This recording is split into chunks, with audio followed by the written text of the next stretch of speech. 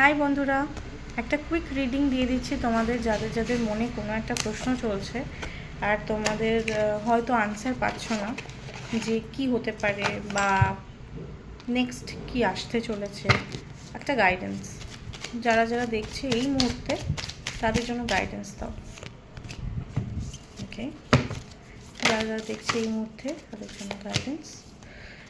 এই মুহূর্তে অনেকেই আছো যারা এই রিডিংটা দেখছো, তারা অনেকটা এক্সস্টেড। মেবি তাদের কাজ করে, তাদের শারীরিকভাবে, তাদের মানসিকভাবে লাইক এক্সস্টেড, মানে একটা এক্সস্টন হয়ে গেছে এবং অনেকটা কম্প্রোমাইজ করে লাইফটা চলছো। এই মুহূর্তে যারা এই রিডিংটা দেখছো তারা কিন্তু বেশ নলেজেবল, তাদের মধ্যে যথেষ্ট ট্র্যাডিশনাল, তারা অনেকটা মানে অন্য মানুষদের থেকে যথেষ্ট পরিমাণ কি বলবো চিন্তা শক্তি তাদের অনেকটা প্রখর, এটা বলতে পারি।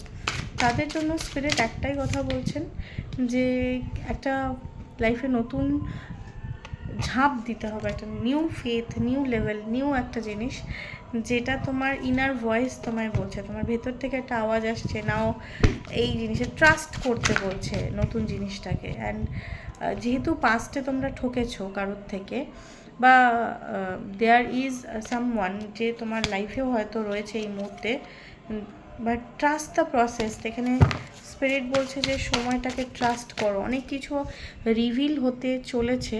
মার্ক মাই ওয়ার্ড, এখন হয়তো একদিনেই এই রিডিংটা তোমাদের ফলবে না, বাট মার্ক মাই ওয়ার্ড কিছু জিনিস স্পিরিট লুকিয়ে রেখেছে যেটা এখনও তোমাদের সামনে রিভিল হচ্ছে না। অ্যান্ড দিস তুমি ভাবছো, তুমি চিন্তা করছো, মুনের এনার্জি, দুটোই মুনের কার্ড।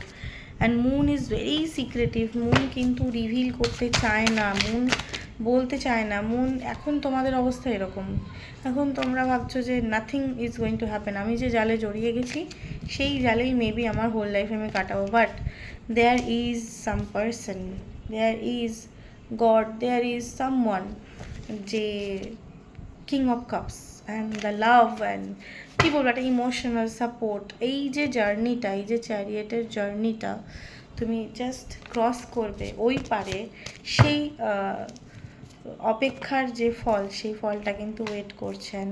মার্ক মাই ওয়ার্ড, এখনও অনেক কিছু লুকানো আছে যেটা স্পিরিট রিভিল করেনি, and that will reveal to you. Time specifically চলো দেখে নিই টাইম ওরাকল ডেক থেকে যে স্পেসিফিক কোন টাইমে এটা স্পিরিট রিভিল করতে পারে।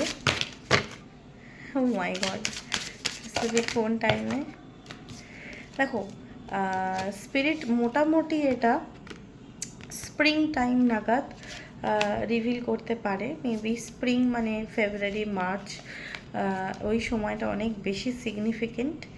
তো পুজোর পর থেকে মেবি একটু হালকা বিস্তর চেঞ্জেস এই জিনিসে একটু অনুভব হতে পারে।